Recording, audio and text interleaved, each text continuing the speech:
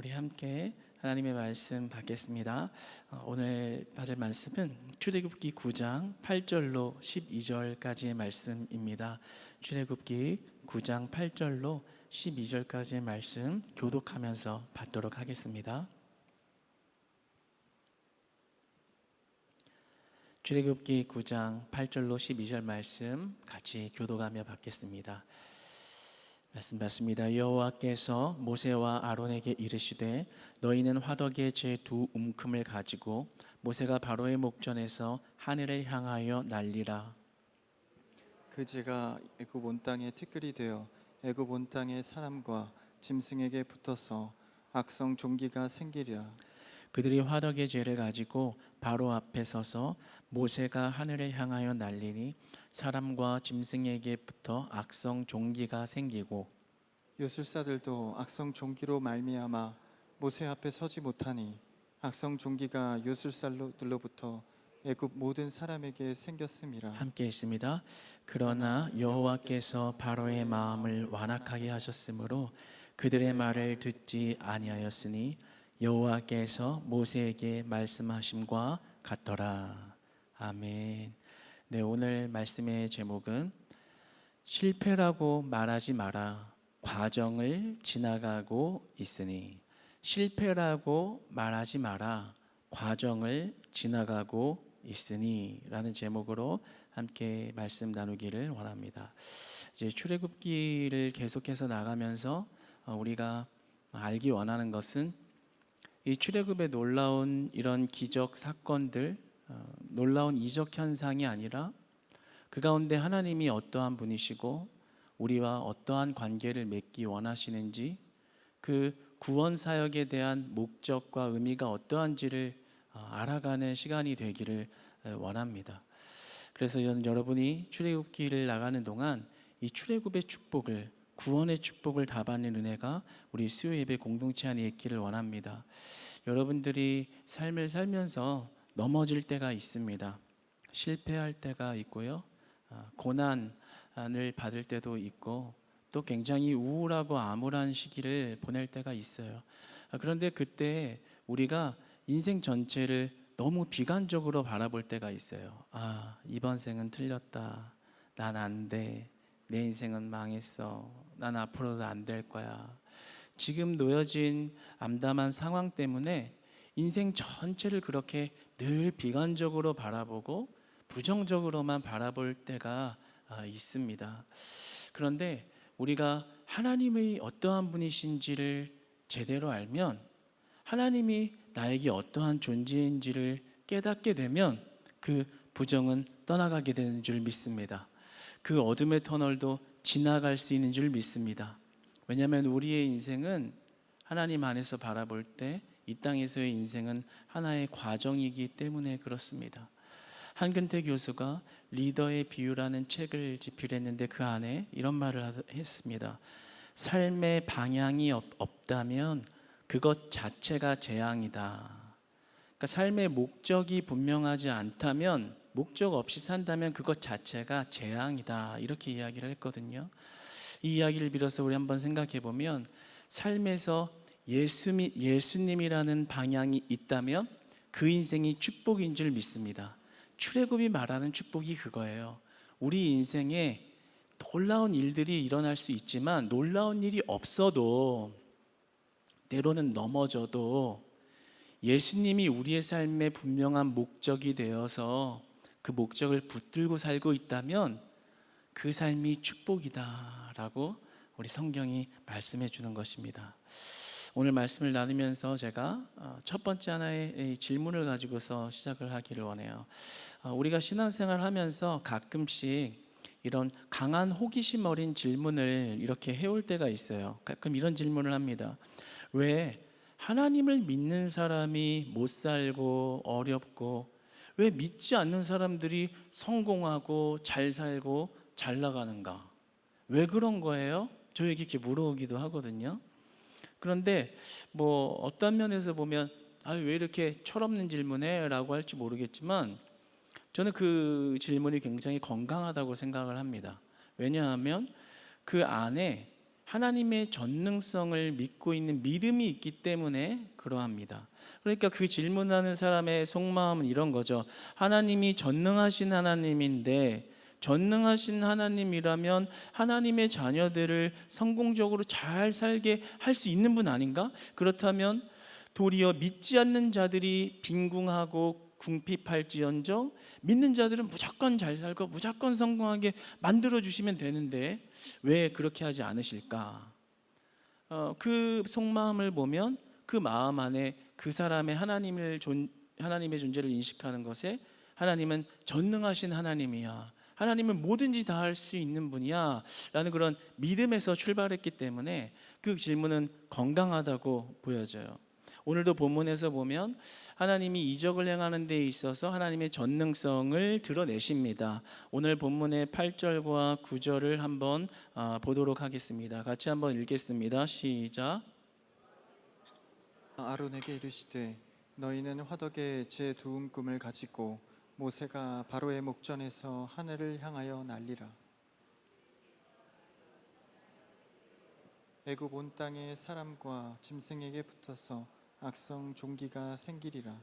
이제 오늘은 6번째 재앙으로 악성 종기 재앙을 내렸는데요. 어떤 방법으로 재앙을 내리시나요? 이 화덕의 제두움금, 화덕의 제두움금을 가지고서 모세가 바로의 목전 앞에서 하늘을 향해서 재를 뿌립니다.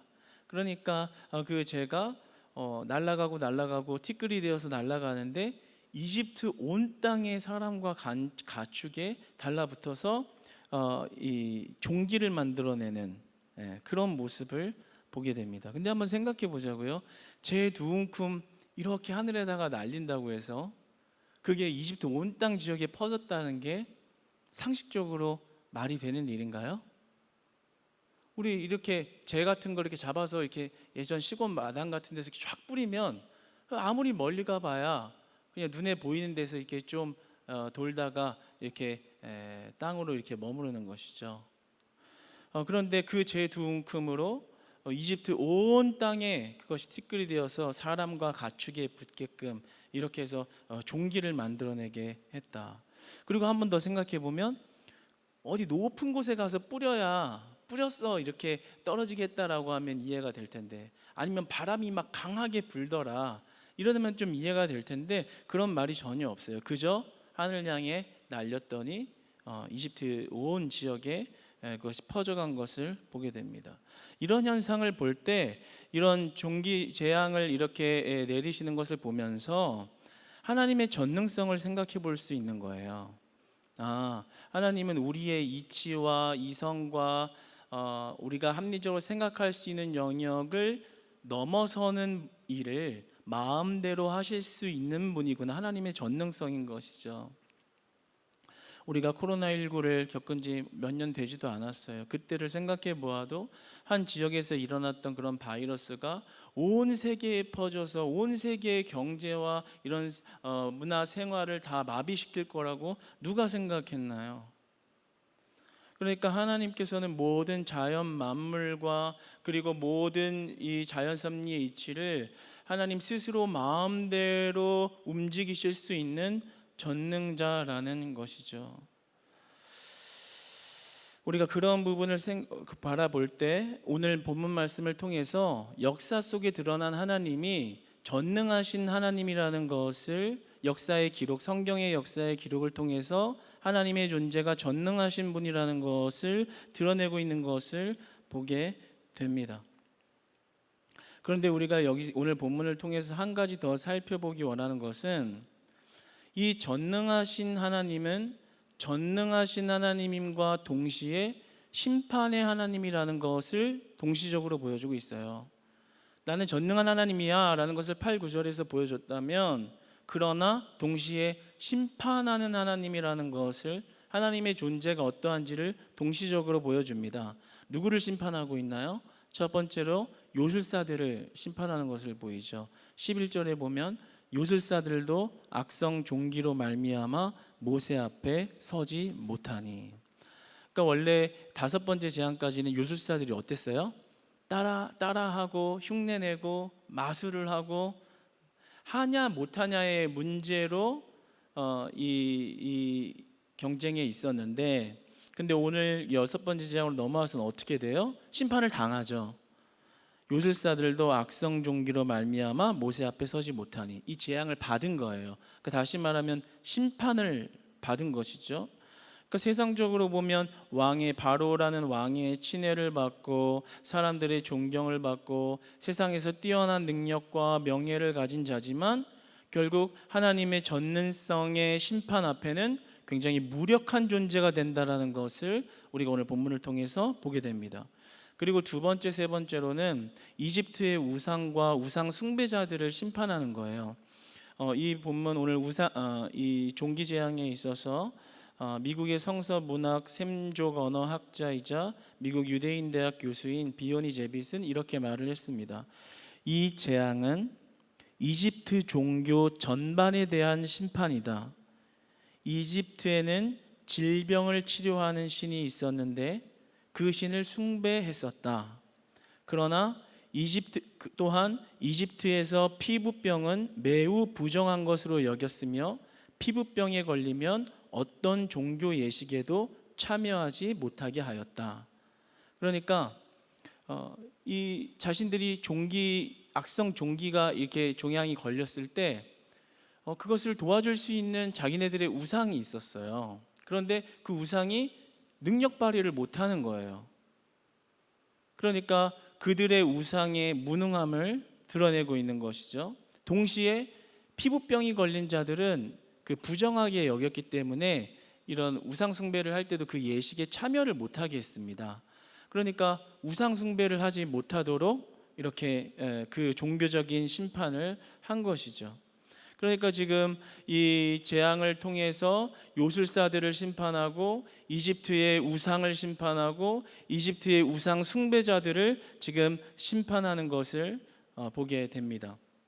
완전히 그들의 권위와 그들이 믿고 있는 그런 믿음을 완전히 산산조각을 내는 것을 보게 됩니다.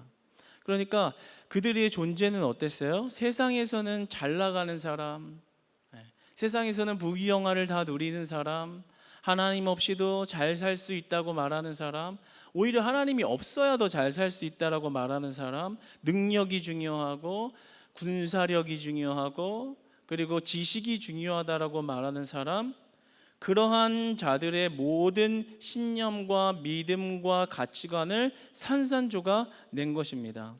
그러니까 하나님은 그분의 전능성으로 심판하시는 분이라는 거예요. 하나님의 전능성의 심판 앞에 그것을 당해낼 자는 아무도 없다라는 것입니다. 아무리 세상 가운데 잘 나가는 사람도 하나님 앞에서는 부질없는 무력한 존재가 되는 것이죠. 그래서 우리 올바른 크리스찬들의 신앙관은 하나님 없이 잘 나가는 것이 부러움의 대상이 아니라는 것을 온전히 인지할 필요가 있어요. 여러분 가끔 이렇게 부러워하시죠? 나는 왜 예수님 믿는데 일이 안 풀릴까? 예수님 믿으면 더 잘 돼야 되는데 예수님 왜 저는 축복을 안 해주세요? 그런 고백을 할 때가 있어요. 그런데 우리가 하나님의 존재가 전능자임과 동시에 심판의 하나님이라는 것을 안다면, 우리가 하나님을 안다면 이제 그 하나님을 믿지 않고 잘 살아가는 사람들이 부러움의 대상이 아니라는 것을 분명히 알 필요가 있어요. 여러분 이제 하나님 믿지 않으면서 잘 나가는 사람들 너무 부러워하지 않으시기를 축복합니다. 그래야 내가 하나님을 안다고 말할 수 있는 거예요. 전능한 하나님이 기적만 주는 하나님이 아니라 하나님은 반드시 심판하는 분이구나. 이게 지금 우리 구원의 모형을 축소판으로 해서 이렇게 보여주시는 거예요. 이 하나의 사건이 그냥 일어난 스토리가 아니라 우리의 구원사를 말해주는, 우리 인생사를 말해주는 거라고 아주 작게 만들어서 작게 좁혀서 보여주는 거란 말이죠. 결국에는 하나님 없이 살아가는 자들이 이 땅에서 잘 살고 잘 먹고 잘 나갈지는 모르지만 최종적으로는 반드시 심판을 당하게 되고 하나님의 능력을 넘어갈 수 없다라는 것이고, 누구도 하나님의 능력 앞에는 무력한 존재가 된다라는 것을 보여주는 것입니다. 그러니까 우리 크리스찬들은 하나님 없이 잘 나가는 사람들을 부러워하는 게 아니라 그 우리의 최종 결과를 바라보고 그것을 의지하고 인내하면서 그 승리를 향하여 매일매일의 삶을 걸어 나아가는 것이죠. 데살로니가 후서 1장 8절로 9절은 이렇게 말씀합니다. 우리 8절로 9절 두 절 같이 한번 읽어보겠습니다. 시작. 하나님을 모르는 자들과 우리 주 예수의 복음에 복종하지 않는 자들에게 형벌을 내리시리니 이런 자들은 주의 얼굴과 그의 힘의 영광을 떠나 영원한 멸망의 형벌을 받으리로다. 하나님은 반드시 심판하신다고 말씀하십니다. 그런데 그 심판하시는 이의 능력은 전능자라고 말씀하시는 거예요. 기적을 주고 축복만 주는 이가 아니라 그 전능함으로 심판의 때를 반드시 맞이하게 할 것이다 라고 우리에게 이야기하시는 겁니다. 그러니까 이 땅에서 예수를 모르고 예수님을 믿지 않고 살아가는 자, 복음에 복종하지 않고 살아가는 자는 영원한 멸망의 형벌의 때가 반드시 있다 라고 성경에서 말씀하셨고, 그 일이 출애굽 때에 우리의 역사 속의 현장에서 일어난 것처럼 우리가 개인적인 종말이나 우주적인 종말을 맞이했을 때 그 심판은 일어난다라는 거예요. 그러면 저희는 세상에 예수님을 믿지 않으면서 잘 나가고 잘 살고 있는 사람들을 바라볼 때 어떠한 마음이 들어야 할까요? 부러움이 아니라 안타깝고 긍휼히 여기고 가엾은 마음이 들어야 됩니다. 왜냐하면 이 땅에서의 인생이 전부가 아닌 것을 알기 때문에요. 그들의 마지막 결과가 오늘의 본문의 요술사가 재앙을 당하고 바로와 이집트 백성들이 재앙을 당한 것처럼 그렇게 될 거기 때문에, 그런 심판의 모습을 이 현세에서 작게 보여준 모습을 보면 하나님 없이 잘 사는 게 우리가 부러움의 대상이 되는 게 아니라 안타까움 대상이 돼야 되는 거예요. 기도의 대상이 돼야 되는 거예요. 긍휼의 대상이 돼야 되는 거예요. 빨리 전도해야 되는 전도의 대상이 되어야 하는 것입니다.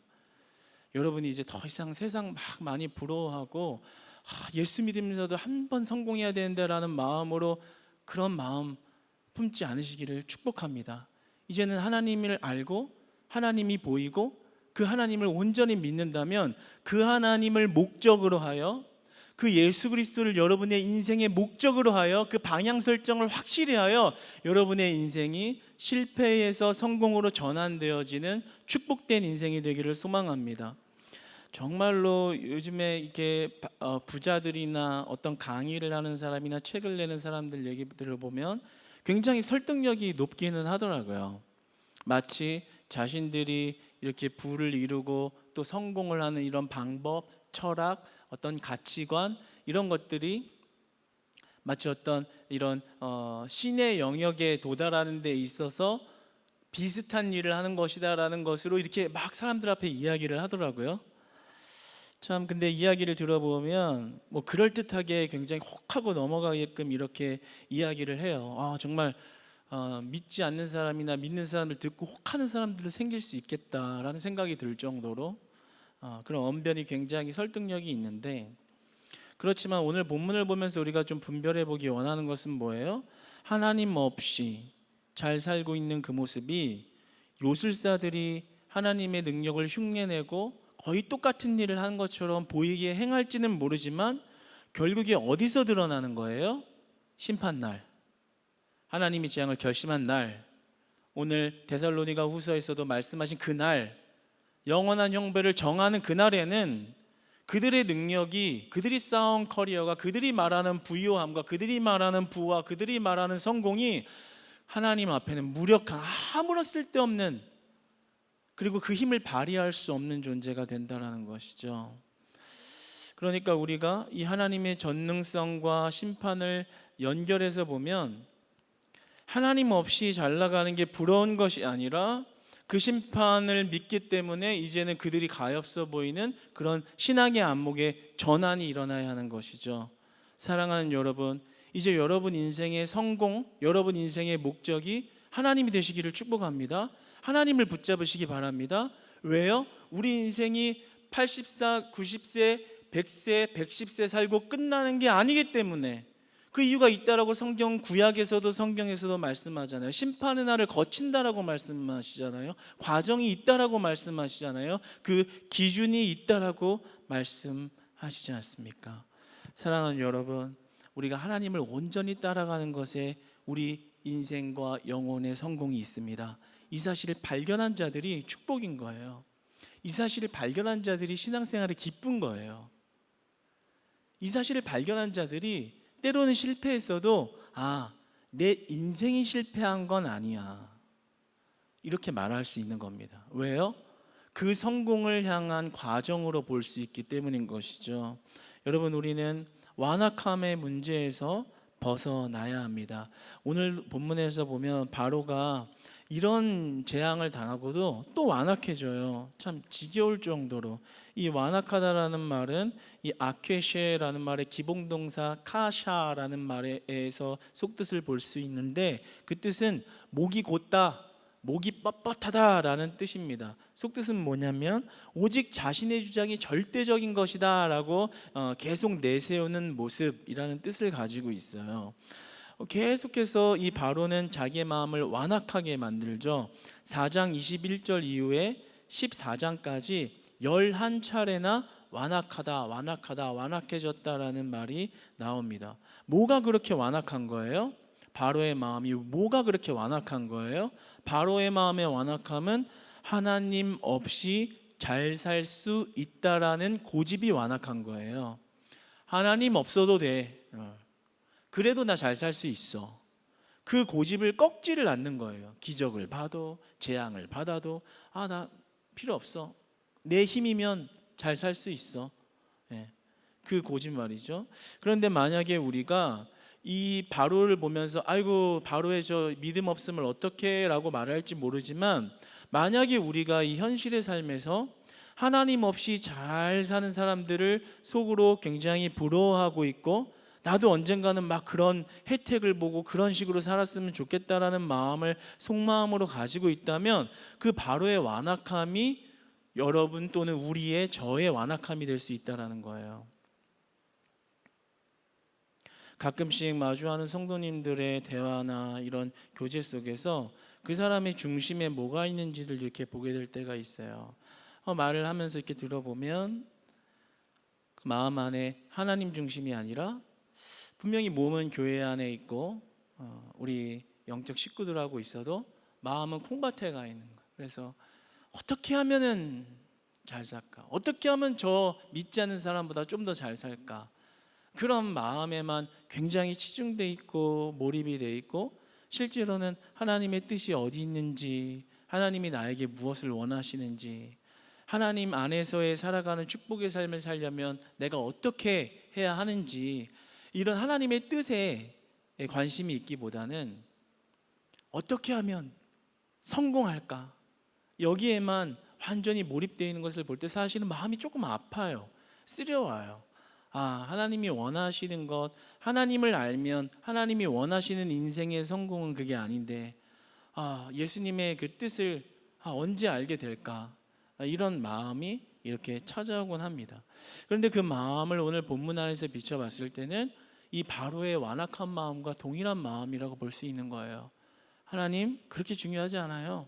하나님 없어도 잘 살 수만 있다면 지금 당장이라도 그곳에 가고 싶습니다. 여러분, 우리는 이 완악한 마음이 찾아올 수 있어요. 나의 고집, 나의 색깔, 나의 성격, 나의 가치관, 나의 성공 가치관, 나의 기준을 가지고 하나님 앞에 자꾸만 서는 그런 완악함이 찾아오는데요. 마치 이렇게 11번이나 완악해지는 것처럼 말이죠. 그러나 이 완악함에서 매일의 삶에서, 매번의 예배에서, 매주의 예배에서 이 완악함으로부터 벗어나시기를 축복합니다. 이 완악함으로부터 하나님이 벗어나게 하셔서 여러분의 그 완악한 마음을 유들유들하게 온유하게 만들어 주셔서 그 인생의 성공의 목적이 자꾸만 하나님이 되도록, 하나님의 뜻이 되도록, 하나님의 그 구원 목적이 되도록 여러분의 삶을 바꿔가시는 은혜가 여러분 삶 가운데 충만하기를 축복합니다. 왜요? 하나님 없이 끝날 날 가보면 인생의 끝에 심판이 있다는 것이 확실하기 때문인 것이죠. 잘 보면 성경에서는 그것을 굉장히 명확하게 강조해주고 있어요. 실패하지 말라는 거죠. 있다라는 거죠. 그것을 오늘 출애굽 역사 속의 한 장면과 현장에서 그 역사에 개입하셔서 드러난 하나님이 어떤 하나님, 어떤 구원의 하나님인가를 우리에게 스토리로 역사적 실제 상황으로 보여주는 것입니다. 그런데 오늘 강팍한 이 완악한 마음에 한 가지 특이한 점이 있어요. 이제 6번째 재앙으로 와서는 오늘 12절에 보면 조금 희한하죠. 이전까지는 완악했다 이렇게 나오는데 오늘 본문 이후로는 이런 말이 나와요. 그 마음을 하나님이 허락하셨다 이렇게 나옵니다. 이전에는 바로가 마음이 완악했어요. 그런데 그 마음을 하나님이 허락하셨다라고 이렇게 얘기를 나와요. 이 말은 하나님이 바로의 마음에 들어가서 인간의 자유의지를 막 꺾어가지고 막 완악하게 만들었다는 이야기가 아니라 그냥 쉽게 풀어서 이야기하면 완악하도록 내버려 두었다라는 거예요.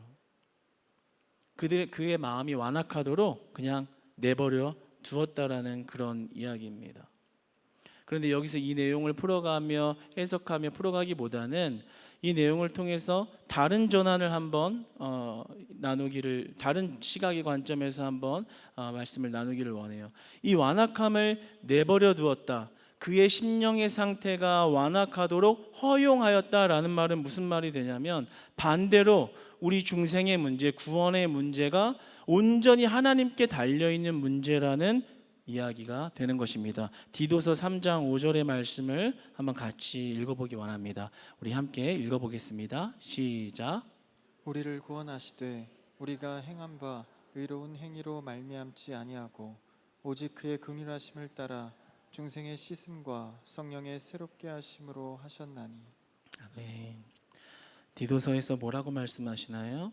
하나님께서 구원하시는 것이 우리의 행위로 말미암음이 아니라 오직 그의 긍휼하심을 따라 성령으로 우리를 새롭게 하시는 하나님의 일이다라고 이야기합니다. 그러니까 바로의 마음을 완악하도록 내버려 두신 것처럼 우리의 완악한 마음을 하나님의 마음으로 변화시키시고 구원의 역사로 우리의 삶을 뒤바꾸시는 일은 하나님께 달려있는 일이라고 그렇게 이야기하시는 겁니다. 그러니까 우리가 인생을 전반적으로 살펴보면서 실패와 절망 그리고 성공의 기준을 우리가 이렇게 스스로 정의 내리고 인생을 비관적으로 생각하고 때로는 잘 되면 긍정적으로 생각하고 들쭉날쭉 이렇게 살아가는데 우리가 온전한 구원을 통해서 그 심판의 영역의 천국과 지옥, 심판의 지옥의 대상자가 되는 것과 천국의 대상자가 되는 것의 구분이 확실하다면 우리는 인생에 있어서의 최종 결과를 이미 알고 사는 인생이 되는 거예요. 쉽게 말해서 이런 것 같아요. 영화를 보면 우리가 어떤 영화를 볼 때 이미 결과를 알면 사실 재미는 없잖아요. 그렇죠? 네. 그런데 우리가 하나의 인생을 영화로 그냥 비유해 보자면 그 결말을 아는 영화를 지금 보고 있는 거라고요. 예수 그리스도를 믿어 온전히 우리의 마음을 깨끗게 하시어 새롭게 함을 받아 천국 백성이 되게 하셨다면 우리의 인생에 때로 넘어짐이 있고 실패가 있고 고난이 있지만 그 인생 자체가 망한 게 아니라 그 과정을 지나 그 심판대를 넘어가면 하나님이 예비하신 약속의 열매, 영원한 생명의 축복이 기다리고 있다라는 것이죠. 그러니까 왜 여러분이 가끔 실패하고 인생에서 넘어질 때 왜 인생 망했다고 주저앉아서 하나님 모르고 없는 사람처럼 원망하세요? 그게 아니라는 거예요. 실패할 수 있죠. 그리고 하염없이 울 수도 있고 통곡할 수도 있죠. 그러나 우리가 이제 하나님이 어떠한 분이신지를 나의 인생과 연결지어서 생각해 본다면 이 넘어짐이 내 인생 전체의 실패는 아닌 거예요. 다만 과정일 뿐인 것입니다. 이 역경도 이 또한 지나가리라. 이 역경도 우리에게 이미 완성해 놓으신 구원을 향하여 가는, 결말을 알고 있는 그 결말을 향하여 가는 인생의 과정일 뿐이라는 것이죠. 할렐루야. 여러분, 그러니까 이제 여러분들이 가끔 아픈 일을 당해서 실족하고 넘어지고 또 그리고 고통 중에 터널을 지나고 있다 할지라도 오늘 하나님이 전능자이자 심판자인 하나님의 모습을 보여줄 때 반대로 우리에게 약속하신 구원의 확신, 구원의 열매 또한 보증하고 계시다는 사실이 믿어지시기를 축복합니다. 연세대 김주환 교수가 회복 탄력성이라는 책을 집필했는데요. 그 안에 한 말이 굉장히 인상 깊어서 소개를 합니다. 이런 말을 해요. 회복 탄력성은 반드시 성공해야겠다는 강력한 의지를 지닌 상태가 아니다. 오히려 실패에 대한 두려움을 느끼지 않는 상태다.